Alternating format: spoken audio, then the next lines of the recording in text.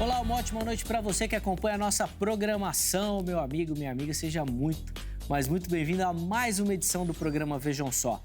Aquele que é o melhor debate teológico da televisão brasileira. Sempre uma alegria, um privilégio poder dividir esses momentos com você, com a sua família, que eu sei que gostam, não só de assistir o programa, mas de interagir com ele, de repercutir os assuntos, de transformar aí a sua sala, o seu quarto ou o lugar que você nos assiste, exatamente de uma extensão do programa.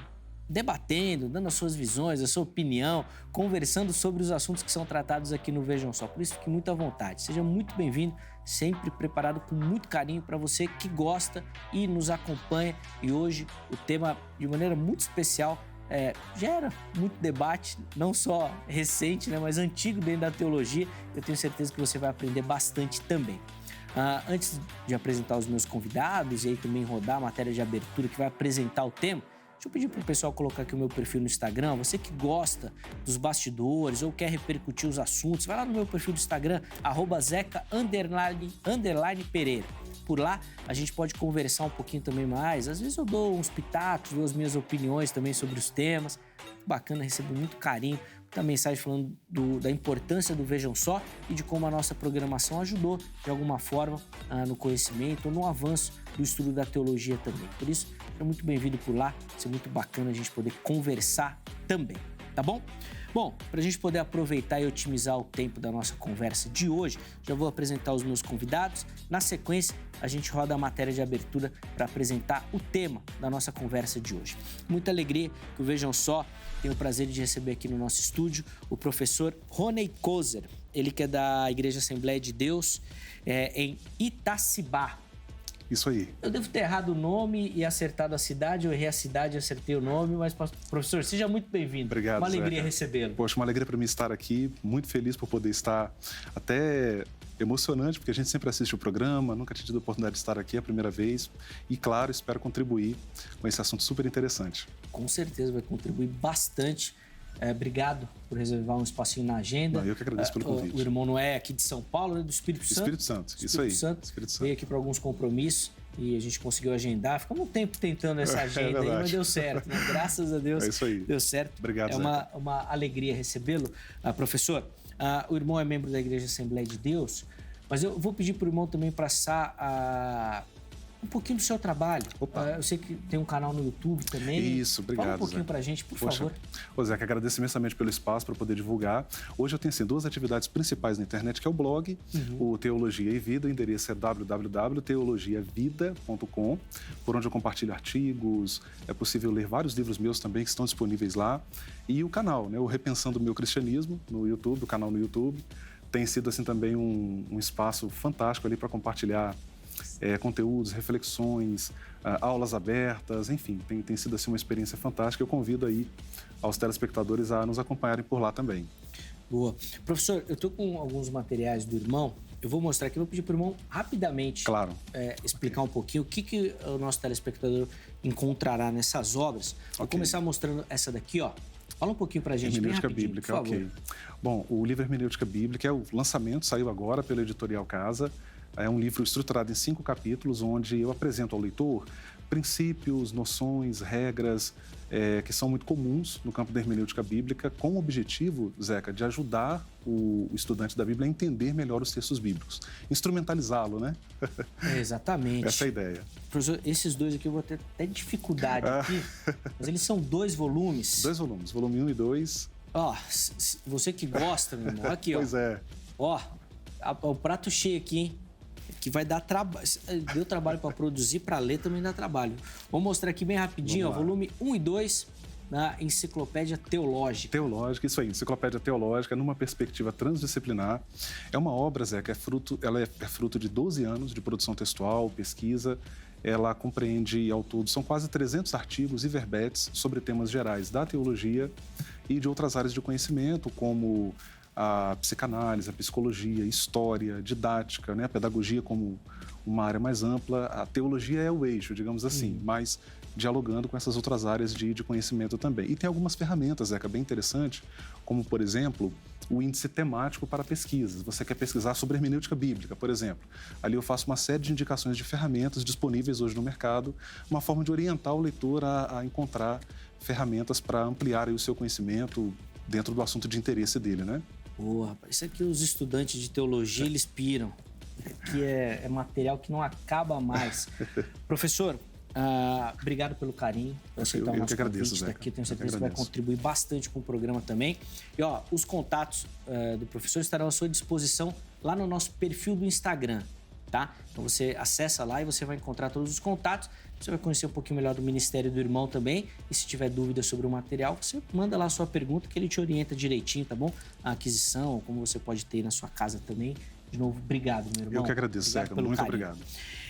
E o Vejam Só tem o privilégio de receber na noite de hoje. Ele que é sócio aqui do programa, tem ações do Vejam Só. E é um amigo, um parceiro, um irmão querido e amado e que nessa caminhada do Vejam Só tem nos ajudado muito. Bispo Hildo Melo, ministro da Igreja Metodista Livre. Bispo Hildo, obrigado, meu irmão, pelo carinho. Uma alegria recebê-lo. Seja muito bem-vindo. Muito bom estar aqui, Zé, que eu realmente aprecio muito o programa e eu concordo com você, é o melhor programa, né, sobre debates bíblicos e ainda mais quando você traz aí... Olha, eu tive a alegria de conhecer o Rony hoje e a gente pôde bater um papo, mas que camarada agradável e inteligente... E que produz tanto para a glória de Deus. Foi um privilégio, uma riqueza. Já ganhei, já saí ganhando. Sem dúvida, muito bacana. E graças a Deus que a gente tem tido essa oportunidade de abrir as portas do Vejam Só, de pessoas de outros estados, de outras regiões aparecerem, virem. São Paulo acaba sendo um centro muito grande. As pessoas sempre passam por aqui. E quando passam, a porta do Vejam Só tem que estar aberta para receber essa turma também e tem sido bênção. Bispo, vou pedir para o irmão começar com as informações da igreja, nosso padrão aqui, por favor. Ótimo. Eu sou pastor, eu sou bispo da igreja brasileira, da Igreja Metodista Livre no Brasil, também em Angola, mas sou pastor, eu gosto de ser pastor. Aliás, eu gosto mais de ser pastor do que bispo. Eu estou bispo por uma conjuntura, né, já há muitos anos. É um supervisor, né, de igrejas e pastores, mas meu coração é pastoral. Então, eu tenho uma igreja que eu pastoreio, com auxílio de outros colegas pastores, que fica na Rua das Rosas, aqui em São Paulo, no bairro de Mirandópolis, Rua das Rosas, número 445. Cultos todos os domingos às 10 da manhã e todos são bem-vindos, muito bem-vindos. Muito bacana. O bispo, toda vez que vem aqui, ele me ganha um pouquinho. É raro a pessoa falar, não, eu tô bispo, mas nem quero, gosto mesmo de ser pastor. Gente, quem me conhece sabe do que eu tô falando, que é verdade, é verdade. É um coraçãozinho. Aliás, se fosse contar um pouco da minha história, que eu não vou contar aqui, eu nunca quis ser líder de nada, eu era muito tímido, muito caladão, sabe? A ousadia veio de Deus, nunca... E eu louvo a Deus pela obra de Deus na minha vida, né? E não estou aí para dominar, para qualquer coisa, eu não sou um bispo, sabe, talvez... Eu conheço muitos bispos que realmente têm o coração de Deus, eu procuro ser uma pessoa, conservar humildade, Amém. Respeito e amor e ser um servo, né? Sim. Sim, que é a figura do pastor, né? É isso mesmo. O maior, o que serve, maior é o que serve. Então eu tenho que ser o que serve mais para poder, se eu quiser ser grande diante de Deus, aos olhos de Deus, né? O professor Rony talvez vá ajudar aqui. Tinha um professor no seminário que ele falava do ripereta. Sim. Que é o remador, né? Sim. Que é um dos termos usados pelo pastor, né? Ficar lá embaixo, servindo, ninguém vê. Que às vezes são algumas qualidades, adjetivos e dinâmicas do pastorado que hoje em dia a gente perdeu, né? É uma pena. É uma pena. Mas vamos resgatar, né? Sem dúvida. A esperança. Sem dúvida. E, Bispo, só antes da gente rodar a matéria, só para acrescentar que sempre que o irmão conta suas experiências, tenho certeza, eu sou muito edificado e quem nos assiste também. O irmão estava falando que não ia contar e eu lembrei da sua última participação. Você contou as suas experiências sobre a questão do batismo com o Espírito Santo, dessa busca, dessa dificuldade. Poxa, que legal. Pô, como a gente cresce com essa conversa, com esse diálogo. E é uma ferramenta que a gente tem explorado mais aqui no Vejam Só, não só o confronto das ideias, mas o crescimento a partir delas. Um concorda, o outro não. Mas um pode falar da experiência, que já tentou ir do outro lado e não foi bem, e o outro veio para cá. E isso eu tenho certeza que tem edificado o povo e quem nos acompanha tem crescido a partir disso também. E essa é a nossa oração e o nosso objetivo aqui no Vejam Só. De novo, seja muito bem-vindo, meu irmão. Obrigadão. Muito obrigado. Ó, vamos rodar a matéria que vai apresentar o tema de hoje. Antes da matéria, deixa eu só reforçar com você a nossa parceria com a Garbo. E depois que a Garbo entrou aqui no Vejam Só, o nosso estilo é outro. O Vejam Só tá demais. Tá tudo engomadinho aqui, ó. Que isso, cara. Você, ó, se você precisa... De repente você tem algum evento importante. Ou se você precisa transformar o seu jeito de se comunicar. E o visual fala demais na comunicação. Procure pela Garbo, redes sociais ou então no site garbo.com.br. Vai conhecer todo o portfólio da empresa e vai localizar os endereços das lojas físicas. Vá até uma loja, fala que viu aqui no Vejam Só. Além de ficar elegante, bonito, vai economizar.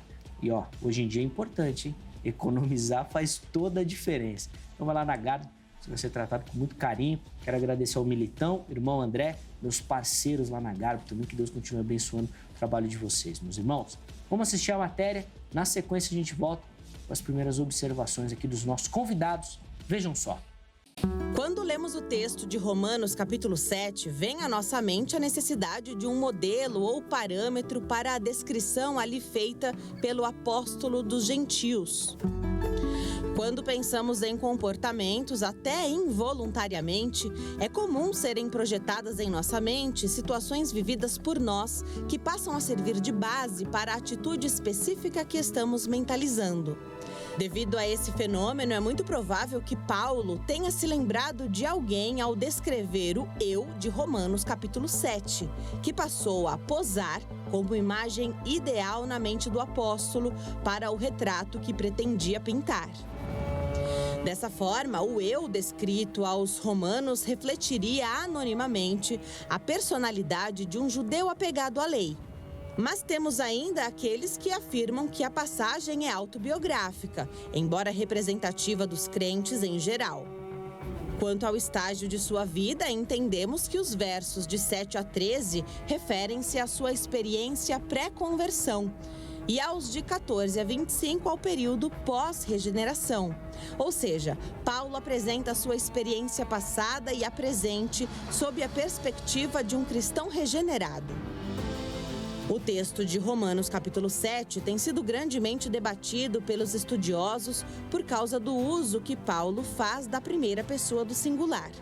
Quem seria o eu referido ali pelo apóstolo?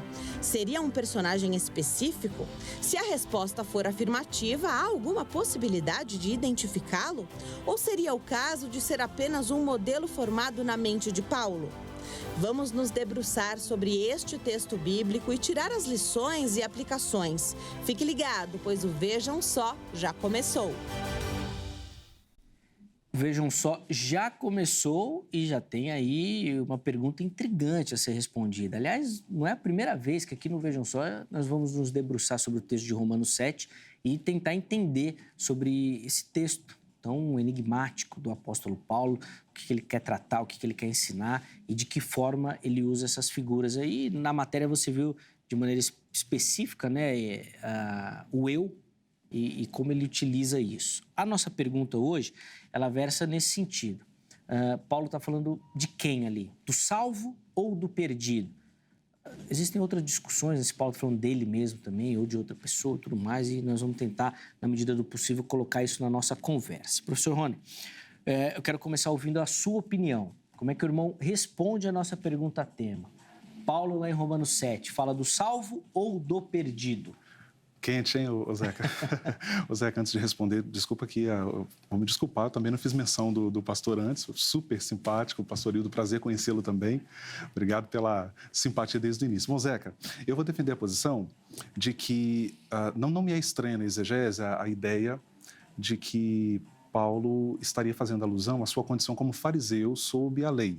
Uhum. Mas eu vou defender aqui a possibilidade de que ele está se referindo à sua condição atual enquanto ele escreve e que isso pode ser aplicado também à condição do cristão, ou seja, ele está revelando ali um conflito. Alguns exegetas, inclusive, entendem nessa direção porque usam as palavras ali no tempo presente, então dando a entender justamente que ele está falando de algo atual, no momento em que ele escreve. E por algumas razões estilísticas, também teológicas, considerando, levando em conta outros fatores, como o próprio corpus paulino, né, esse conjunto de textos que são atribuídos a Paulo, que nós entendemos ser de autoria paulina e que ele retoma, ou parece retomar, ou minimamente existem paralelos ali com o que ele está falando na perícope ali de Romanos 7, 14 a 25, né? E parece que ele retoma isso também em outros textos, ele aborda isso, ou minimamente há paralelos, então eu vou nessa direção, Zeca. Inclusive, quando ele... No começo o irmão falou dele do estado... Ou da anterior, época, né? Como, de ser fariseu... Quando ele fala da lei, essas coisas sim, assim, e depois ele muda isso, ou a figura toda ali já dessa época já de conversão dele? Não, o meu entendimento ali, o Zeca, é que ele está, na verdade... É porque ele usa a ideia da lei, e em particular em Romanos 7, eu percebo que ele coloca a lei em perspectiva em relação ao pecado, no sentido de que o pecado é realçado pela lei. A lei evidencia o fracasso humano no sentido de não cumprir o que se espera ou o que Deus quereria que ele cumprisse.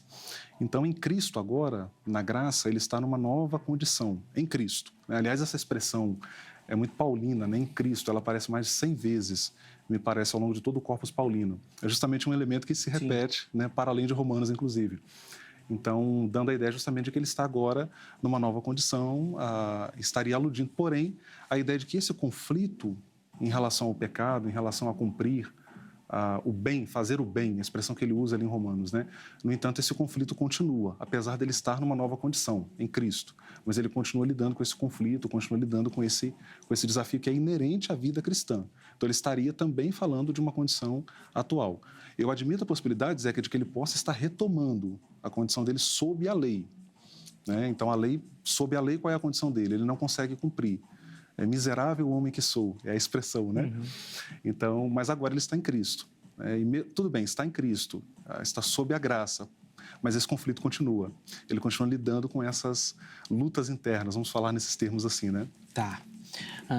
Bispo Hildo, eu quero ouvir a sua interpretação desse texto também, que é tão enigmático e gera muito debate dentro da igreja. Como é que o irmão responde à nossa pergunta? Romanos 7, Paulo direciona ao salvo ou ao perdido? Ao perdido, ao sem Cristo, ao não regenerado. É um eu retórico e ele estaria, colocando como a humanidade em queda, o primeiro Adão, aqueles que estão identificados com o primeiro Adão, esse tema do Adão, primeiro Adão, segundo Adão, aparece no capítulo 5, e não há uma introdução aqui de um tema novo. Ele está basicamente retomando aquilo que já encontramos ali nos primeiros capítulos, capítulo 3 e 4, principalmente, né? Ou seja, todos pecaram, destituídos estão da glória de Deus, a lei é boa, perfeita, mas o problema é que nós, seres humanos caídos, não conseguimos cumprir a lei, portanto, não há quem possa justificar-se diante de Deus cumprindo a lei. Então, ele vai falar de si, desse eu, ele pode ser esse eu, colocando ele mesmo na sua vida pregressa, como fariseu debaixo da lei, sua experiência, né? Porque o bem que eu quero fazer, se eu não consigo fazer, eu sou escravo do pecado, o mal que eu não quero, acabo fazendo. Então, isso certamente não cairia muito bem na boca do apóstolo Paulo, já regenerado, já apóstolo, que diz: sede meus imitadores como eu sou de Cristo, né? E que conclama a santidade e coloca-se como modelo nesse sentido. Então, aí ficaria meio embaçado. Também ficaria complicado com o que aprendemos no capítulo 6. Ele diz: como é que a gente vai pecar? Nós que para o pecado já morremos, né? Então, nós fomos crucificados, estamos crucificados com Cristo e já não somos mais escravos do pecado. Só que no capítulo 7, esse tal eu, ele se coloca como escravo do pecado. E aí, então, seria completamente congruente com o que ele disse no capítulo 7 e também com o que ele vai dizer no capítulo 8. Eu gosto muito de perceber o seguinte: no capítulo 7, no versículo 5 e o versículo 6, para mim, eles são chave hermenêutica para a gente entender o que vem a seguir. Por quê? No versículo 5, ele diz assim: porque quando vivíamos segundo a carne, as paixões pecaminosas postas em real pela lei operavam em nossos membros a fim de frutificarem para a morte. Então, isso é o que ele vai descrever a partir do versículo 14, ou seja, essa vida pregressa, quando vivíamos, né? quando vivíamos, agora operavam, coloca todo no verbo no passado. E quando então ele está falando eu, agora, ou seja, sou escravo do pecado, ele tá voltando para essa vida pregressa. Quando ele era um fariseu que tentava agradar a Deus na força da carne, que a carne está morta nesse sentido, não dá. Agora, veja só no versículo 6, como é que ele começa o versículo 6? Agora! Como é que começa o capítulo 8 de Romanos? Agora! Né? Então parece um esboço, eu diria assim. Aqui tem, olha, eu vou falar sobre 2 tópicos aqui. O primeiro, quando eu vivia sob a carne, agora, porém, libertados. E aí vem realmente essa descrição dessa condição que vai ficar mais detalhada a partir do capítulo 8. Bom, você percebeu aí que a gente tem muitas opções, tem um caminho gigante aí para seguir. O Bispo Hildo já foi pro 6, já foi pro 8. Pro 3, pro 4. Quero ver depois como é que nós vamos fazer com o nosso tempo aqui para organizar tudo isso aí, mas vamos tentar. Antes da gente continuar a conversa aqui, que você viu que vai render, deixa eu abrir a oportunidade para você que nos assiste participar. Tá aqui, ó. @programa Vejam Só. Vá no nosso perfil oficial do Instagram e lá você vai localizar todas as formas de interagir com o Vejam Só. Você sabe o tema que nós vamos abordar, você sabe os convidados que nós vamos receber, você encontra os contatos dos convidados lá e você pode, obviamente, responder as nossas enquetes e comentar também para aparecer aqui no programa, tá bom? Põe na tela aí, por favor, a enquete que nós disponibilizamos para a gravação de hoje. Tá aí, ó. Na sua opinião, o texto de Romanos 7 fala do... Você tem 2 opções, salvo ou do perdido. Vote, escolha, né, uma das duas. E na postagem seguinte, você justifica. Olha, eu acho que fala do salvo por conta disso. Fala do perdido por conta daquilo outro. Dê a sua visão. Nós vamos pegar algumas dessas opiniões e colocar aqui durante o programa para que os meus convidados possam opinar também, em cima da sua visão, tá bom? Então vai lá e participe. Professor Rony, eu vou tentar ir aqui num caminho mais cronológico e talvez seja mais didático. Ok. O Bispo Hildo retomou os versículos iniciais do capítulo 7, Sim. já tecendo algumas observações em cima, principalmente ali da colocação dos verbos.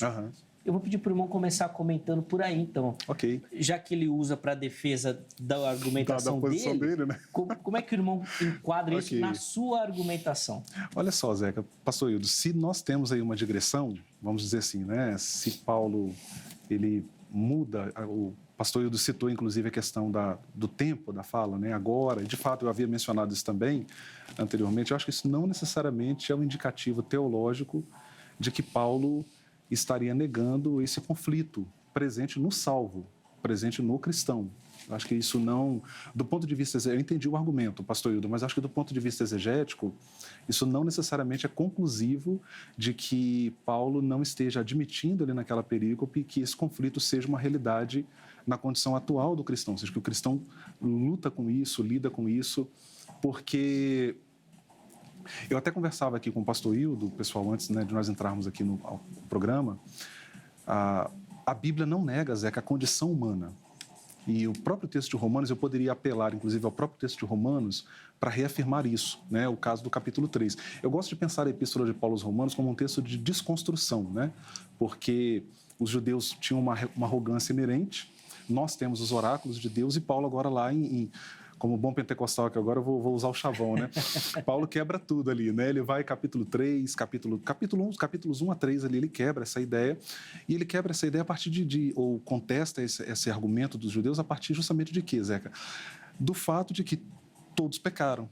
E, em certo sentido, essa continua sendo uma condição, embora agora fique muito claro na teologia paulina ali em Romanos, de modo muito destacado, que nós agora estamos em Cristo. E em Cristo...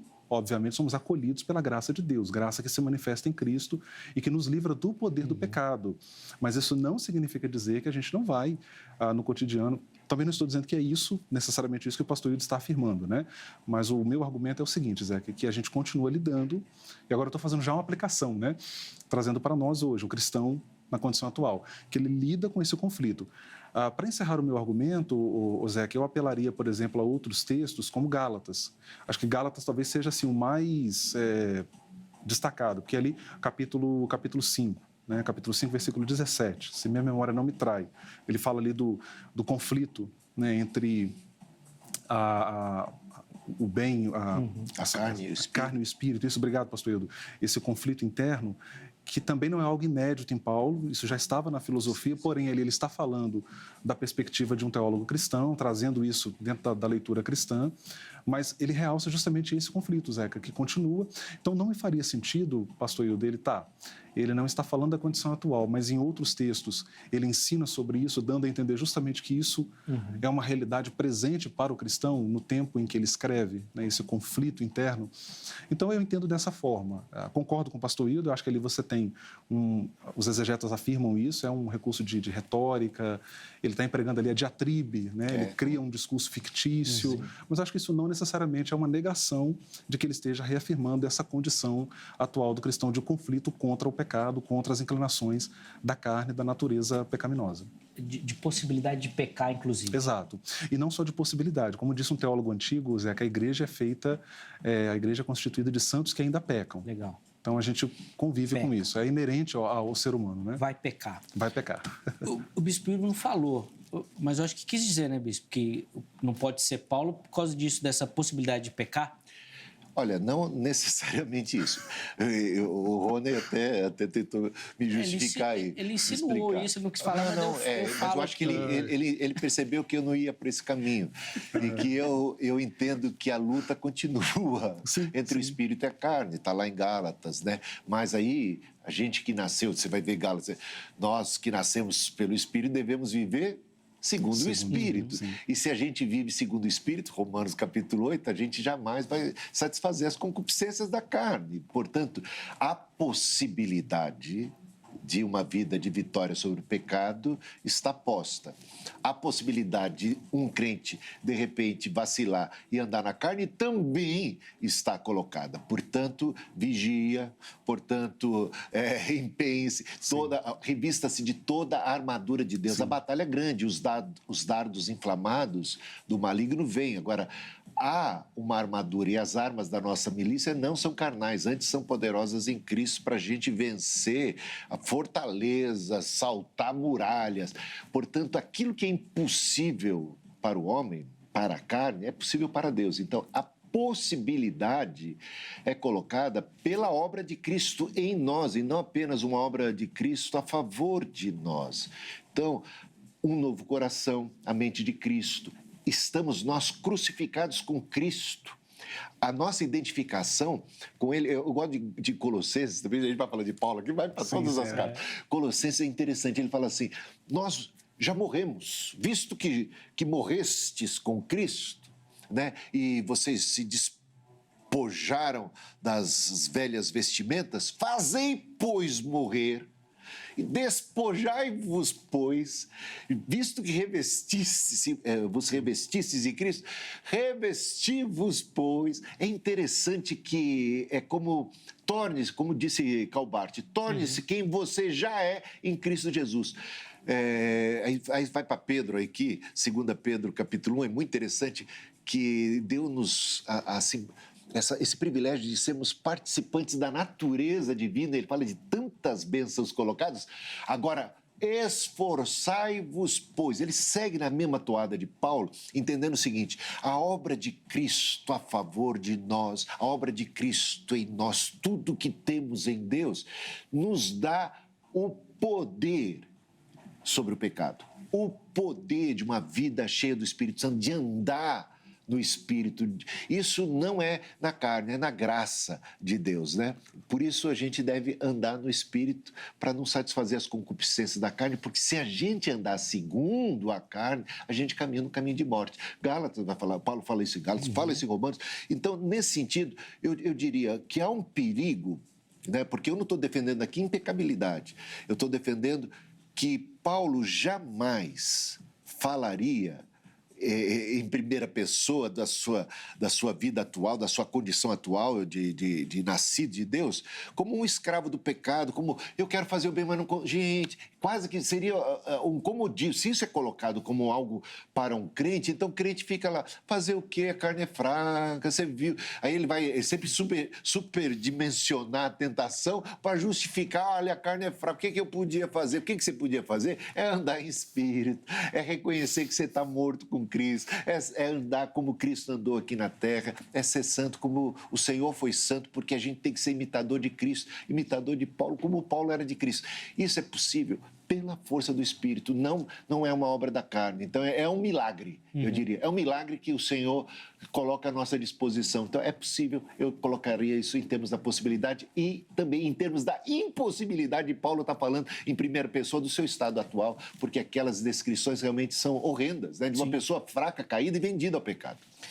Duas observações, Bispo. Primeiro, se o programa fosse transmitido assim, meados dos anos 90, comecinho dos anos 2000, se tá Karl Barth, a gente estava já os hereges aqui, né? Na fogueira já. Né? Ainda bem que mudou, né? Ainda bem que mudou. O Barth tem muita coisa boa no Barth. Eu gosto demais da dogmática. Sem dúvida, eu também. Inclusive, os comentários de Romanos. Exato. São ótimos. Mas é uma perspectiva da teologia, a gente já ia, talvez saísse até do ar. Só com a citação. Ai. E a segunda, a grande questão fica nessa possibilidade que Paulo levanta do crente continuar pecando numa dinâmica, segundo a sua observação, preso nesse pecado. Não seria um pecado, mas seria escravo dele. Essa ideia. Seria um problema, né? Porque ele disse no capítulo 6 que não éramos mais escravos, que estávamos mortos para o pecado. Diz no capítulo 8 que nós fomos libertados e devemos andar no Espírito para jamais satisfazer as concupiscências da carne. Só que ele estaria dizendo ao mesmo tempo no capítulo 7 que nós somos ainda escravos do pecado e ainda não podemos fazer nada a respeito de querer fazer o bem, porque não adianta querer, porque a gente não vai conseguir mesmo, e não adianta querer evitar o mal, porque a gente não vai conseguir mesmo, porque a gente é pecador, vai pecar e não tem mais nada a fazer a esse respeito. E isso seria, para mim, uma grande contradição. Sim. Professor Rony, antes do irmão comentar, deixa eu só aproveitar aqui e mandar alguns abraços aqui, ó. Cícero, Eva, Anísia Santana, lá de Olinda, Pernambuco, Pastor Samuel, Micael, Vânia, Fortaleza, Ceará. Eu acho que é isso, que minha letra é tão ruim que eu anotei aqui, não tenho nem certeza. Vaninha, pronto, a minha produção já me ajudou, maravilhosa. Pessoal, obrigado, viu, pelo carinho com o programa, a audiência, é muito legal ter essa proximidade com vocês. Professor Rony, agora a palavra está com o irmão aí, vai ter que desatar esse nó. Vamos lá. O irmão gosta de xadrez? Não, nunca aprendi a jogar. Não. É muito legal. Eu sou um pouco mais... Mas eu gosto demais, aliás. Que legal. É meu hobby predileto. Então pronto. Vamos jogar, vamos lá no chess.com. Então já defini, então. Porque o Espírito está mexendo as pedrinhas aqui, ó, para te colocar no checkmate. Não era essa a ideia. Eu acho que já percebi. Eu percebi. Já jogou ali o cavalo para cá, o bispo. Tem aquele esquema da... Já sabe aquelas jogadas prontas, assim, tudo? Tá avançado nesse nível? Eu jogo desde os 6, sabe? Então já sabe de tudo, já. Eu sou daquele que só... Eu sei para onde vai, mas não tenho as jogadas definidas ainda. Ele tá querendo te colocar no check. Eu gostei muito do Rony, não quer. Não. É troca de ideia. Nós estamos aqui tomando um cafezinho. Com certeza. Ô, Zeca, eu estou aqui ouvindo com interesse, claro, o argumento do pastor Hilda, assim, muito interessante. Eu farei uma crítica a um aspecto do argumento, tá, pastor? Jamais vou levar aqui para o campo da pessoalidade. Eu acho que, da forma como ele colocou, acaba banalizando a questão, ou vulgarizando. O que eu tento comunicar não é no sentido de uma legitimação, eu não percebo em Paulo, e acredito que aqui eu me alinho a vários exegetas, né, que trabalham no contexto de Romanos 7, 8, e é importante dizer para os telespectadores que, vou fazer uma digressão rápida aqui, as nossas, o pastor Hildo sabe disso com certeza, o nosso sistema de referenciação bíblica, às vezes ele complica, né, porque ele quebra o que no texto original não é uma quebra. Okay. Então, Romanos 8, eu lembro, eu era garoto, pastor Hildo, a gente tinha mania de ler só de Romanos 8 para frente, esse é um problema, porque ali você tem uma continuidade do pensamento, da evolução do pensamento. Então, para mim fica muito claro, pastor Hildo, que não existe ali em Paulo, Zeca, uma legitimação do erro. É diferente você dizer que ele está lidando com uma condição, ou seja, a condição, para falar em termos teológicos, a condição do ser humano caído, que conquanto ele seja redimido pela graça, esteja em Cristo, no entanto, ele continua lidando. A palavra carne, em Paulo, né? A gente tem que olhar para esses termos, sim, Zeca. Sim. E ali você tem um significado teológico muito grande, embutido ali na palavra, que fala justamente dessas inclinações. Então, uma coisa é você falar em termos de legitimação do erro. Outra coisa, e eu concordo com o pastor Hildo, Paulo vai dar um aporte ali teórico, vivencial, cristão enorme para você lutar contra as inclinações. Mas ele dá esse aporte justamente por quê? Porque isso está em nós, porque existe. Então, eu tenho assim, um problema também com o argumento do pastor Hildo quando ele fala que Paulo jamais falaria, se colocaria nessa condição. Mas eu não vejo, eu acho que seria talvez até uma postura, pastor Hildo, de arrogância do apóstolo não se incluir. Coisa que é muito comum, inclusive, na linguagem paulina, ele falar em termos de nós, né? Como ele é partícipe de tudo que ele está tratando ali nos seus textos, né? Então, nesse sentido, o meu entendimento para resumir o argumento, eu acho que Paulo não está, em hipótese alguma, legitimando o pecado. Veja, o objeto aqui é o pecado. Ele não está legitimando esse objeto, mas ele fala de uma condição da natureza humana. Ele estaria sinalizando para isso. E aí, dentro da própria exegese, é um pressuposto da exegese, a gente pode trazer isso para hoje, para discutir. Eu estou aqui com um pastor, inclusive, né? Então, a gente trazer isso, falar da... E eu acho, pastor Hildo, Zeca, que esse tipo de leitura, ele acaba descambando numa utopia que ninguém vive. As nossas igrejas estão cheias de problemas, as pessoas têm suas inclinações. Eu tenho hoje, Zeca, 38 anos de idade. Eu estou a vida inteira na igreja. E, às vezes, eu olho... Poderia me considerar alguém menos pecador, né? Sim. E pelo contrário, eu me olho no espelho e falo, cara, você é complicado. Então, assim, há muita coisa ainda. Então, eu acho que esse texto de Paulo, ele retrata muito bem isso, a nossa condição. A gente sempre vai lutar com essas inclinações, com esses impulsos. E aí eu faço coro com o pastor Hildo. Eu acho que a gente tem em Paulo um aporte para como lidar com isso, né? Mas sem levar para esse lado de que não, Paulo não aceitaria, Paulo não diria. Eu acho que isso acaba descambando nessa utopia. Não, nós somos pecadores, a gente convive, o pecado é parte da nossa realidade ainda. Rony, talvez muitas pessoas nos assistindo, eles vão se inclinar para as argumentações do Bispo Hildo pelo seguinte sentido, da figura do apóstolo Paulo. Então, quando você coloca o apóstolo, é igual hoje, por exemplo, um pastor. Se ele chegar na frente da igreja e confessar o pecado dele... Nossa, a igreja, todo mundo vai levantar e vai saindo aos pouquinhos. Se for na Metodista tem eleição de pastor? Tem eleição de bispo, não de pastor.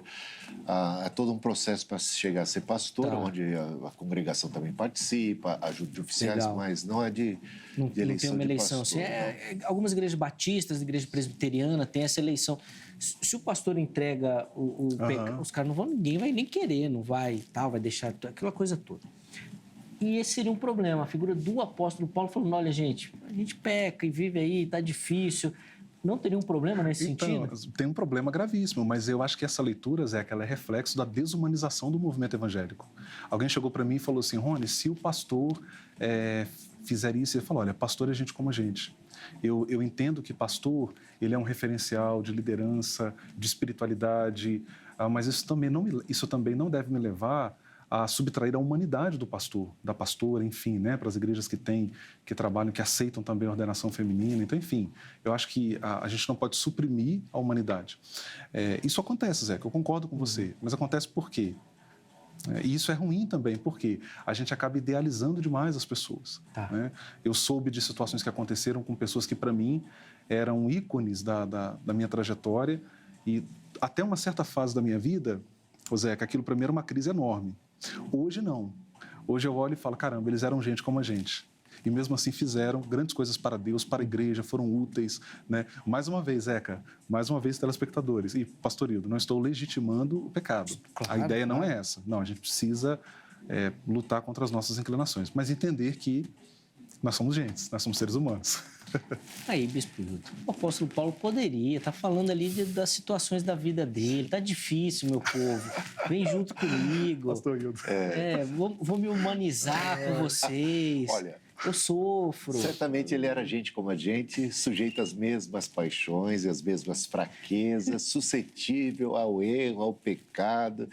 né, e continuava tendo inclinações para a carne. Por isso, ele precisava combater a carne. Né? Eu esmurro meu corpo e o reduzo à servidão para que, pregando a outros, não venha eu mesmo a ser reprovado. Então, toda uma batalha para viver, né? Quem está em pé, cuidado para que não caia. Então, não é uma condição onde a gente está blindado contra o pecado. Agora, olha, por que, Rony, por que eu digo que Paulo não falaria? Você está entendendo?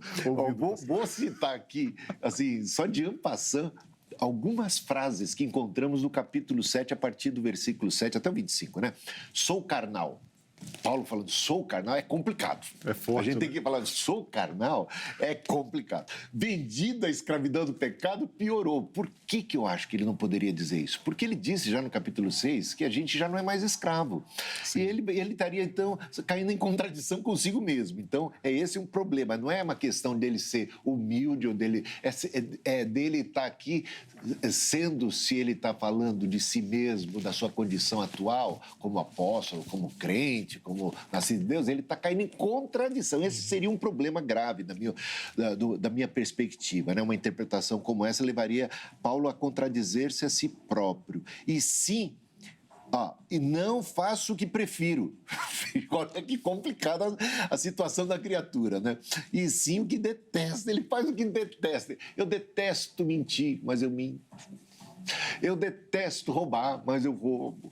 Eu detesto adulterar, mas adultero. Não, estou falando que é complicado. Eu faço o que eu detesto. Gente, é complicado. Eu sei, Rony, que você vai ter essa oportunidade de responder a isso, mas que é complicado, porque eu sei que em mim, isto é, na minha carne, não habita bem nenhum. Mas na minha carne, claro que a gente poderia interpretar carne, o Sartre, tal, aquela coisa da natureza.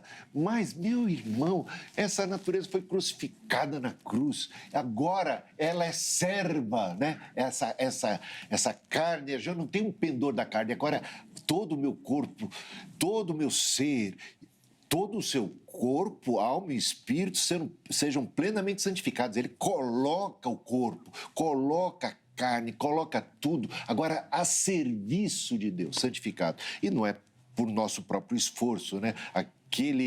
Aquele que começou a boa obra em vós, né? Ele é que desperta em nós tanto o querer como também o realizar. Portanto, desenvolvamos a nossa salvação com temor e tremor, porque Ele opera. Então, aí é um sinergismo, né? Uma sinergia entre a ação de Deus que possibilita a nossa própria ação. Nós o amamos porque, primeiramente, Ele nos amou. O amor de Deus é derramado nos nossos corações. Eu me torno agora templo do Espírito Santo. Como posso dizer que não habita em mim bem algum? Então fica complicado essa situação, porque eu, na minha carne, não habita bem nenhum, me faz prisioneiro da lei do pecado. Então ele se coloca numa condição de prisioneiro, só que vai para o capítulo 6, ele não é mais prisioneiro, ele foi liberto no capítulo 8. Agora, pois, devo a condenação, porque fomos libertos e não andamos segundo a carne, mas segundo o Espírito. Então, seria uma contradição grande. Por isso que eu vejo que ele está falando de maneira retórica de si mesmo, ou de alguém como Adão, numa vida pregressa. É a mesma toada dos capítulos iniciais. É contra a ideia de que a gente pode, na carne, agradar a Deus sem o Evangelho, sem a graça, sem a justificação, sem a obra de Cristo, sem a cruz de Cristo. Seria isso. Seria a ideia de você usar isso como uma justificativa? O pior seria isso, porque eu entendo muito bem que o Rony não quer, de maneira nenhuma, dar legalidade para o pecado e coloca o Paulo também não querendo, mas dizer isso em primeira pessoa, na condição do apóstolo, daria certamente essa interpretação para qualquer um, com muita facilidade. Aliás, é o que acaba acontecendo.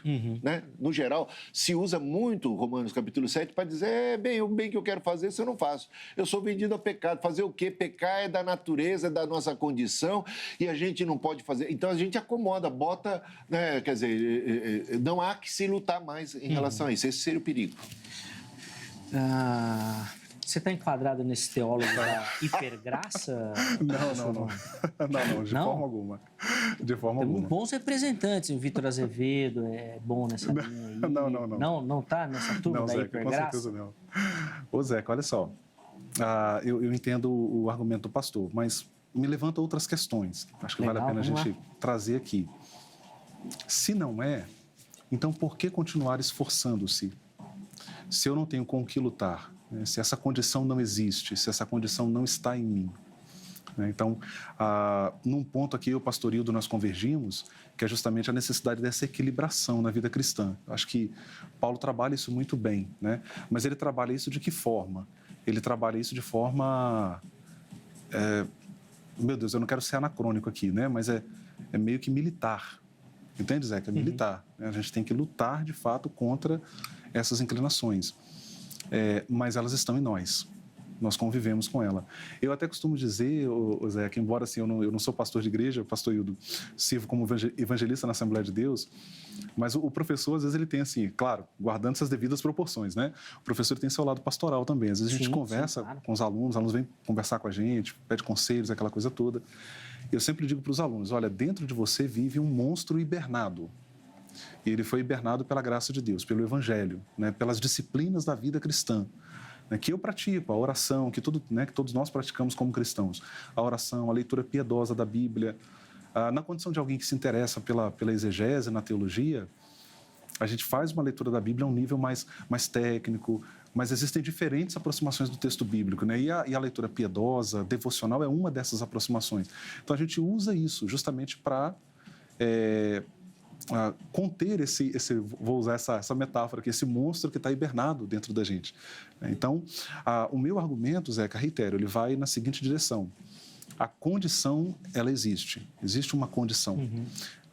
Então, contra ela eu preciso lutar, eu preciso batalhar, né, para usar a linguagem militar aqui, né, que Paulo recorre a essa linguagem às vezes. Não tem nada que ver com o sentido assim, de que... Porque o pastor Hildo está levando numa direção assim, você até pegou o gancho, brincou com a questão da hipergraça, mas isso também é problemático, porque parte de uma leitura, Zeca, é muito equivocada. Eu preciso ser reprimido por Deus para obedecê-lo, para viver E aí a gente acaba caindo na ideia de que a vida cristã é um peso, é um fardo, e não é isso, eu não vejo isso na teologia do Novo Testamento, né? Então eu pratico essas disciplinas com alegria. Vencer o pecado para mim é uma bênção, é uma dádiva, né? É difícil às vezes dizer não para algumas tentações externas que me vêm, claro, inerente, né? Essa condição está em mim, mas eu não preciso necessariamente estar numa condição de repressão, de proibição para cumprir isso, para viver isso, né? Então, eu acho que o argumento que o pastor Hildo coloca, às vezes, banaliza a questão, porque, então, se for assim, as pessoas vão para um outro... Não, necessariamente. Eu acho que o que muda o ser humano, de fato, é o amor e a graça de Deus. Se castigo, se flagelo mudasse seres humanos, os presídios seriam as melhores... Né? Eu acho que não. Acho que é justamente quando a gente entende a graça de Deus e o que ela representa para nós. Não sei se o pessoal da hipergraça fala isso, mas seja como for, não me alinha, né? Então, assim, o que ela coloca para a gente, ou seja, a possibilidade que ela coloca para a gente de uma vida abundante, né? E então eu vivo essa vida e desfruto das disciplinas da vida cristã para vencer o pecado. Via de regra, o pessoal da hipergraça fala que Deus é amor. E a parte depois disso daí, aí pode tudo. Deus é amor e depois do resto tá tudo valendo. Mas, Zeca, aí é um extremo, né? Então, mas aí me permite o que eu vejo que aconteceu no movimento evangélico, pastor Hildo? Nós caminhamos para um moralismo religioso insuportável, arrogante, de cima para baixo. A ética bíblica não é isso. Quando uma mulher, por exemplo, flerta comigo e sendo eu casado, eu tenho quase 20 anos de relacionamento com a minha esposa, e eu deixo de me envolver numa relação extraconjugal, eu não necessariamente faço isso porque vou perder o meu cargo, porque vou ficar mal visto, não. Eu deixo de me envolver num relacionamento extraconjugal. Estou dando um exemplo da sexualidade, poderia falar várias outras coisas, financeiro, né? Nós somos tentados em diferentes áreas. Eu não necessariamente me envolvo com essa outra pessoa, Zeca, pelo que a minha esposa representa para mim. Esse é o ponto. Então, é uma ética que brota do amor, não necessariamente de uma repressão.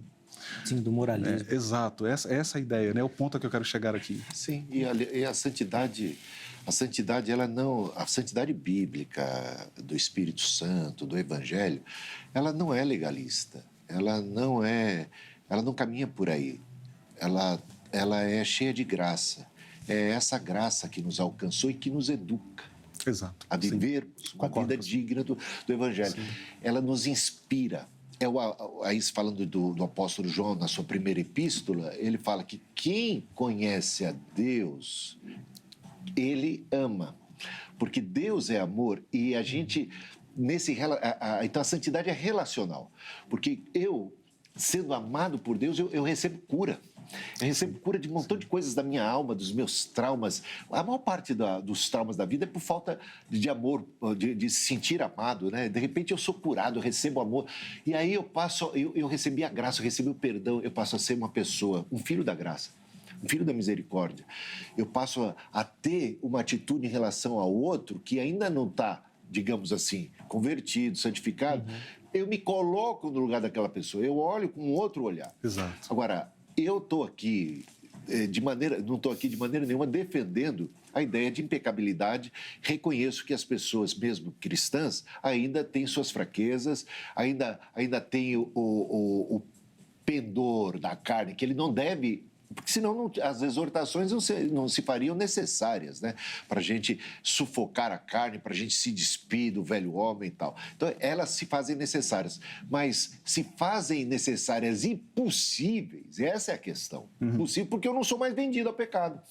Você está entendendo? Entendi. Então, aquela frase do apóstolo Paulo, ele pisou na bola, ele caiu em contradição. E seria esse o problema, entendeu? Porque ele se coloca, vendido ao pecado, o bem que quer fazer não faz, o mal que não quer fazer acaba fazendo. Então, essa maneira de colocar não cabe para um novo convertido. A gente não pode usar isso como desculpa, você está entendendo? Para viver uma vida aquém daquela que o Senhor nos possibilita e nos chama para vivermos uma vida digna do Evangelho aqui e agora, não esforçando-vos diligentemente com vistas ao aperfeiçoamento dos santos. E qual é a proposta? Paulo fala para que não sejamos mais como meninos, mas cheguemos todos, né, à estatura de varão perfeito. Quando? Na eternidade? Não, ele está dizendo aqui que esse é o alvo. Paulo fala, ainda que eu não tenha alcançado a perfeição, uma coisa faço. Deixando as coisas que para trás ficam, rumo para o alvo. Esse alvo é aqui e agora e é possível pelo Espírito Santo. Então, essa questão da possibilidade, porque nós já morremos para as coisas da carne, embora elas ainda exerçam suas pressões, suas tentações, por causa da nossa condição humana. Então, concordo com você que a gente não pode desumanizar esses santos, porque, de fato, eles são humanos e são passíveis de erro, mas eles têm o Espírito Santo e eles podem viver em novidade de vida. Seria mais ou menos isso o resumo daquilo que eu quero colocar, da minha interpretação. Paulo, em Colossenses, vai falar um pouquinho sobre essa questão da moralidade, né? Às vezes o pessoal fala, não pegue, não toque, não faça. Sim, essa é legalismo. Só tem aparência, é o legalismo. Não tem poder algum contra a exatamente. Sensualidade, contra a prostituição, a carnalidade. E, aliás, pelo contrário, as pessoas se escondem atrás dessa fachada, porque isso se torna uma hipocrisia e não tem a santidade do Espírito, que é de dentro para fora, não é de fora para dentro, é do amor, como você bem colocou, Rony, é do amor mesmo. Sim. A chave para a resposta dessa questão, Bispo, e talvez essa pergunta caia mais para o seu lado, não estaria no destinatário da carta aos Romanos? Sim. Inclusive, agradecer aqui ao o pastor Samuel Valério, que soprou essa possibilidade lá no nosso Instagram, falando o seguinte... Legal. Paulo escreveu a igreja de Roma. Sim. Mas se ele escreveu a igreja, como é que ele vai falar dos caras que não são crentes, Espírito? Aí que tá. Existia dentro... só para você ter uma ideia. Existia dentro daquela igreja judeus... por isso se faz necessário, judeus que estavam ainda presos à questão da lei. E que ainda entendiam, por isso a gente vai chegar no capítulo 9, 10 e 11, todo no contexto judaico, porque entendiam que o fato de ser judeu, tem o privilégio de ter a lei, e poderia ser um caminho de salvação a parte da graça. A graça seria uma outra referência, sabe? Então, Paulo trabalha muito para desmontar essa tese de que é possível, humanamente falando, na carne, satisfazer a vontade de Deus. Então, ele bate nessa tecla do começo ao fim e depois vai dizer, porque os judeus estavam muito confiados na lei, estavam confiados na circuncisão, em uma série de coisas, de todo aquele cabedal que Paulo vai dizer assim, eu considero como refúgio tudo isso para ganhar a Cristo, e ele diz que essas coisas realmente... Aí ele vai dizer do Evangelho, aí é capítulo 9, 10 e 11, para você entender que a questão judaica está muito presente em Romanos, porque eles não apenas estavam presentes ali, como faziam a cabeça de outros crentes, né, que eram mesmo gentios. Então, é por isso que ele precisa bater muito nessa tecla. Foi o grande embate de Paulo, né? os judeus, os judaizantes e tudo mais.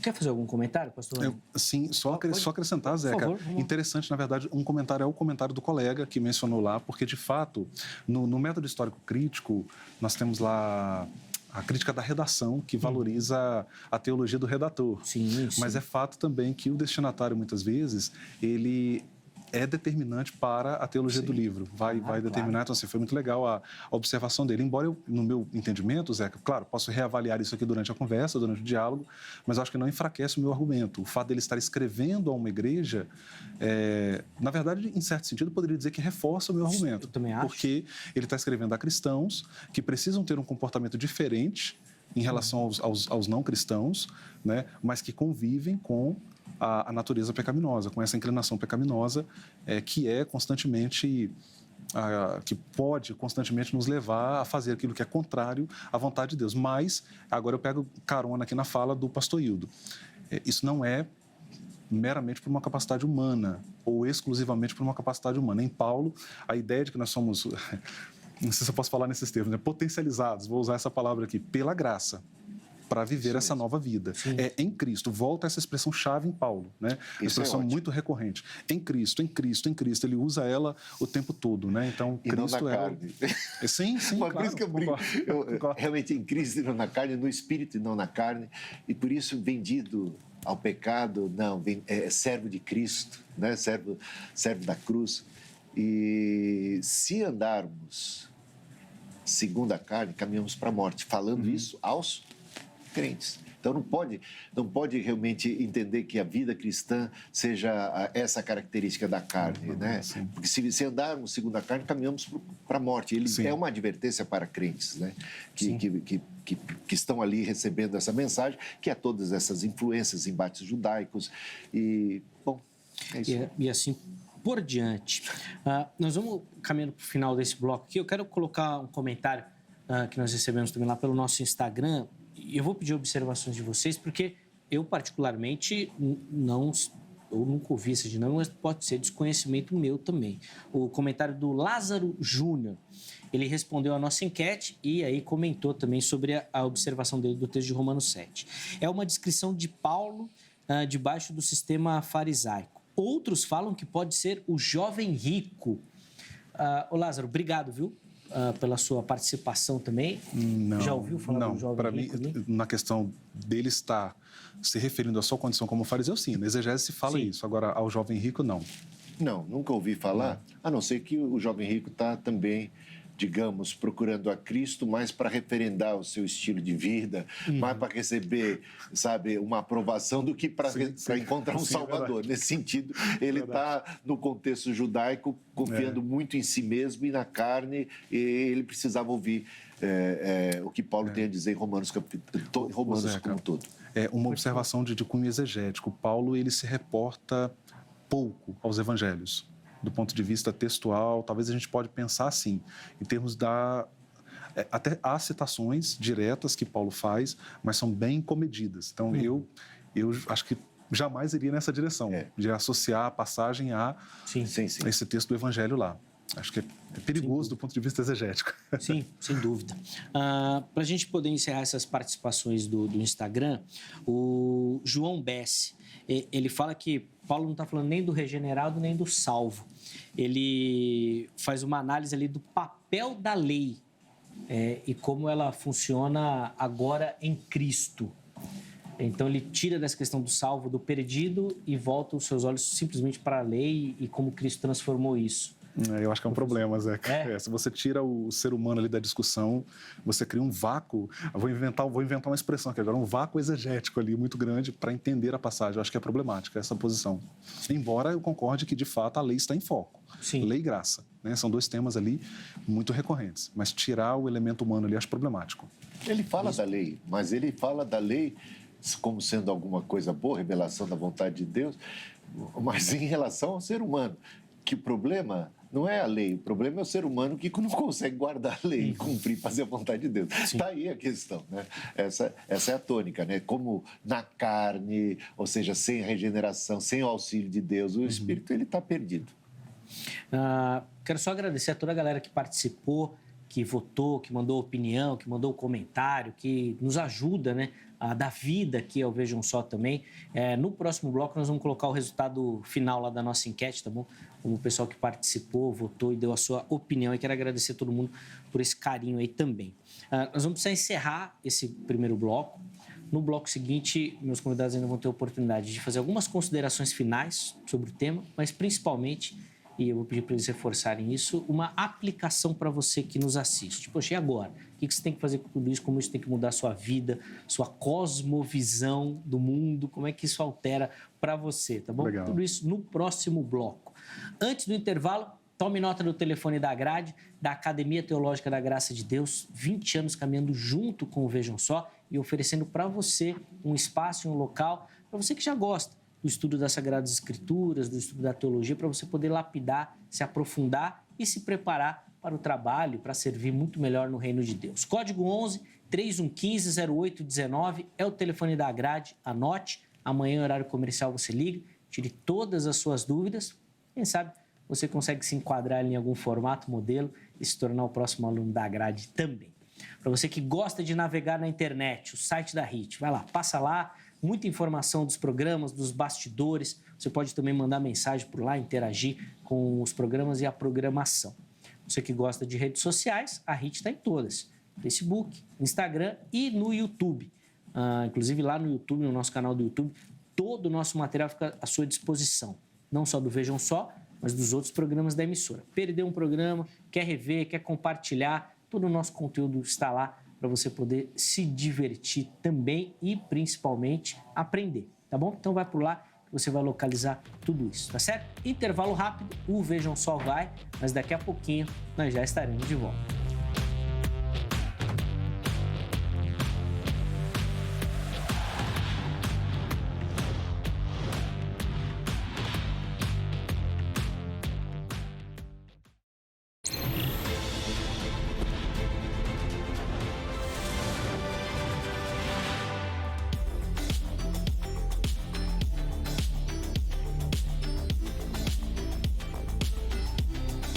Muito bom, já estamos de volta com o programa Vejam Só. Intervalo rapidíssimo aí no nosso programa aqui. Agora nós vamos finalizar e na sequência eu vou devolver a oportunidade aos meus convidados, o professor Rony Kozer e o bispo Hildo Melo. Eles vão fazer considerações finais e oferecer uma aplicação do tema para você, tá certo? Isso na sequência. Antes, deixa eu só dar aquela moral para você que nos acompanha, gosta do Vejam Só e manda sua foto participando. Todo mundo que mandar a foto vai concorrer a um presente. Um presentaço, aliás, do Vejam Só, tá bom? Vou mostrar para você qual vai ser na sequência. Primeiro, como participar? Vai lá no Instagram, @programa Vejam Só, tá assistindo agora o programa, já faz uma selfie e encaminha. Nome, cidade e estado, tá bom? Põe lá direitinho que a gente mostra a sua foto aqui. Se você não tem Instagram, não usa o Instagram, vai no Facebook, facebook.com/programa Vejam Só.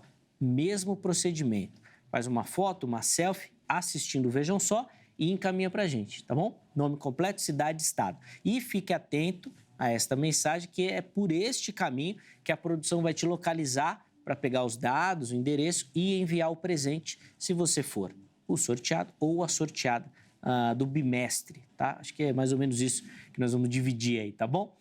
Deixa eu mostrar as fotos e depois o presente. Primeira foto vem de Fernandópolis, interior de São Paulo. Olha só que legal. Matheus Soares Rodrigues é o nosso telespectador aí. Matheus, obrigado, meu irmão. Deus abençoe sua vida, derrame muita graça. Professor Sérgio lá no fundo, diretor do curso de teologia da Universidade Mackenzie. Obrigado, Matheus, pelo carinho.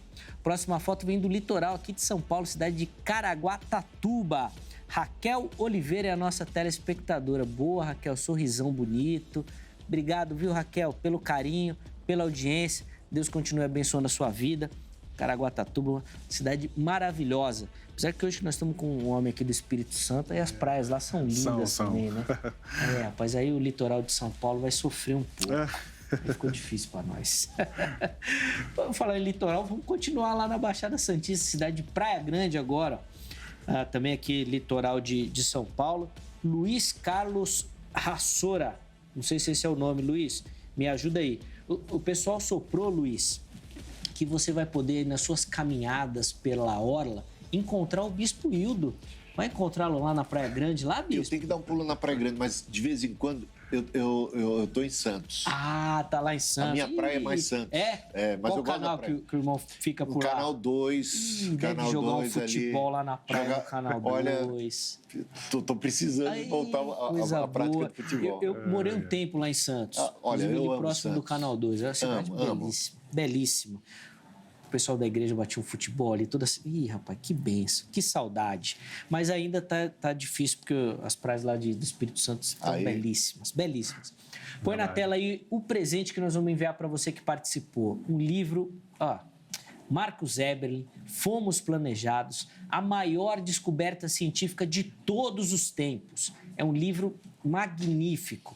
Marcos Eberlin dispensa apresentações, um defensor da ciência e do design inteligente, dessa teoria que tem revolucionado a academia também. Bom, nós vamos mandar na sua casa, autografado. Poxa, professor Eberlin, obrigado, viu, meu irmão, pelo carinho. E você que nos assiste é um material referência. Se você não ganhar o presente, procure, para que você possa ler esse material também. Tenho certeza que vai aprender demais. Bom, já falei muito. Vamos encerrar aqui a nossa conversa de hoje. Bispo Hildo, comecei o primeiro bloco, professor Rony. Vou começar isso com o irmão, tá bom? 3 minutinhos para essas conclusões. Quero ver o pregador se sair bem dessa agora. Com 3 minutos. Se vira nos 3 minutos. Eu diria o seguinte, a graça de Deus se manifestou salvadora. Paulo falando a Tito, né? Capítulo 2, versículo 11. Educando-nos que, renegadas as paixões mundanas, vivamos no presente século de maneira sábia, justa, santa, piedosa. Ele coloca tudo como for adjetivo a respeito de vida de santidade. Renegadas as paixões. Que as paixões continuam a existir na vida de um crente, que ele está sujeito a cair em pecado. Isso eu não nego, a batalha continua, mas a gente tem a armadura de Deus, tem a graça do Senhor e estamos rodeados de uma nuvem tão grande de testemunhas. Você pega os heróis da fé do capítulo 11 e depois do capítulo 2 começa assim: visto que estamos rodeados de uma nuvem tão grande de testemunhas, desembaracemo-nos do peso e do pecado que tenazmente nos assedia. Por que ele nos assedia? Porque nós podemos e ainda somos passíveis de erro e da atração do pecado. Ainda exerce uma atração sobre nós. Mas, visto que estamos rodeados de uma nuvem tão grande de testemunhas em que sentido? Testemunha de que é possível vencer. Porque é descrito ali que eles, pela fé, né, pelo Evangelho, digamos, ainda que sejam heróis do passado, mas pelo Espírito do Evangelho, pela fé, eles venceram com a graça de Deus. E nós, então, somos indesculpáveis, porque é meio o seguinte: quando eu estava aprendendo a andar de bicicleta, eu não tinha proteção na catraca, meu dedão foi parar lá 5 vezes, 5 vezes me estrepei, cortei o dedo, mas eu nunca desisti. Por que eu nunca desisti como garoto? Porque eu estava rodeado de uma nuvem tão grande de garotos e garotas da minha idade, que era gente como eu, e que andava de bicicleta. Então, isto era, para mim, assim, um estímulo. Então, no sentido de que essas testemunhas são testemunhas de que as minhas desculpas ficam esfarrapadas, porque é possível, sim, uma vida de vitória, e também estímulo, no sentido positivo. Eu posso, né, porque eles são como eu. Então, eles são gente como eu. Então, é possível, e isso realmente eu acredito que está em Paulo. Por isso, Paulo vai poder dizer mais tarde: sede meus imitadores, como eu sou de Cristo. Não alcancei ainda a perfeição, mas rumo para ela. E o autor de Hebreus: desembaracemos do peso do pecado, corramos para a carreira que nos está proposta. E a carreira que nos está proposta não é uma carreira de vendidos ao pecado, vendidos à carne, escravos, mas servos de Deus e pelo Espírito vitorioso. Amém. Bispo Hildo, obrigado, meu irmão. Sempre um privilégio ouvi-lo, aprender junto com o irmão. Que Deus continue te abençoando. Obrigado. Você também, obrigado. Muito bacana. Os contatos do Bispo Hildo à sua disposição lá no nosso perfil oficial do Instagram. Professor Rony, a palavra está com o irmão. 3 minutinhos. Vamos lá. Se para o pregador é difícil, para o professor é quase que impossível. Eu sou muito prolixo, mas beleza, Zeca, vamos lá. Alguém já teria dito ou escrito que uma igreja não é museu de santos, mas um hospital para pecadores. Então, eu gosto de pensar em Romanos como... Brennan Manning. Legal. Eu não me lembrava o autor. eu gosto de pensar em Romanos como um texto de esperança. Um texto de esperança, no sentido de que um texto forte, né? Você tem expressões ali do apóstolo Paulo que são emblemáticas, né? Bem impactantes, mas na mesma medida ele vai evoluindo ali no pensamento da epístola e reitera. É muito importante que a gente leia Romanos 7, comparando-se ali com o capítulo 8, seguindo ali na esteira do capítulo 8, mas, claro, dentro da conjuntura de todo o livro, né? Tem toda uma teologia ali muito bem amarrada. Paulo, assim, é impressionante a capacidade argumentativa do apóstolo Paulo, inclusive, né? Chama atenção. Mas eu digo que é um texto de esperança, por quê? Porque ele mostra essa condição e o fato dele assumir isso com tanta honestidade, Eliezer, a meu ver, para mim, é algo assim muito importante, inclusive para a conjuntura da igreja hoje. Em que sentido? Quando eu falo que humaniza, Eliezer, o evangelho nos humaniza, a compreensão da graça de Deus nos humaniza, no sentido de que eu olho para o meu irmão que cai e eu não olho de cima para baixo, como quem assim, não, o Eliezer pecou, esse pecado eu jamais cometeria. Não. Estamos na mesma condição. Eu costumo até dizer, Eliezer, que quando o assunto, pastor, é pecado, a gente tem que descer do púlpito e assentar à mesa. Então, acho que a epístola de Paulo aos Romanos, ela traz uma contribuição muito importante nesse sentido, para que a gente possa humanizar as nossas relações. Reitero, relações nas comunidades de fé. Reitero, não legitimar o pecado. O pecado não... Alguém já teria dito, né? O pecado não é um brinquedo, é um tirano. Né? O pecado é sério, Deus nos alerta contra o pecado, mas somos sujeitos a pecar. E para aquele que peca, a comunidade de fé pode, então, uma vez humanizada pelo Evangelho, acolher. É o que Paulo fala, né? Se alguém for flagrado em pecado, acolha o tal, conduz com mansidão. Basicamente, resumindo, parafraseando, ajuda ele. Né? Então, eu acho que é uma contribuição muito importante que a gente pode trazer de toda essa discussão aqui. Né? Boa, professor Rony, obrigado, viu, meu irmão? Eu que agradeço, Eliezer. Foi um prazer conhecê-lo. Igualmente. As portas do programa estão abertas. Obrigado. Passar aqui por São Paulo. Eita. Por favor, sinta-se à vontade. Com certeza, eu farei contato. Isso é uma alegria. Prazer conhecê-lo também, pastor Hildo. Que alegria. Satisfação. Muito bom. Que Deus continue abençoando o irmão no seu trabalho também. A gente gostou aqui e tem sido bem, tenho certeza. Os contatos do professor Rony também à sua disposição no nosso perfil do Instagram, @programa Vejam Só. Passa lá que você vai ter todas as informações. Para encerrar, vamos colocar na tela o resultado da nossa enquete. A pergunta era, na sua opinião, o texto de Romanos 7 fala do 76% responderam que faz referência ao salvo, 24% falando que faz referência ao perdido. Obrigado a você que participou, que votou também, que deu a sua opinião, que comentou, aqueles que nós colocamos aqui, aqueles que nós não conseguimos. Quero deixar registrado aqui o meu agradecimento também, meu abraço. Muito obrigado pela participação. Encerramos o programa de hoje, mas, obviamente, rogamos a Deus que, se for da vontade dele, amanhã nós estejamos de volta aqui. Mais uma edição sempre preparada com muito carinho para você que gosta e nos acompanha. Um forte abraço e até lá!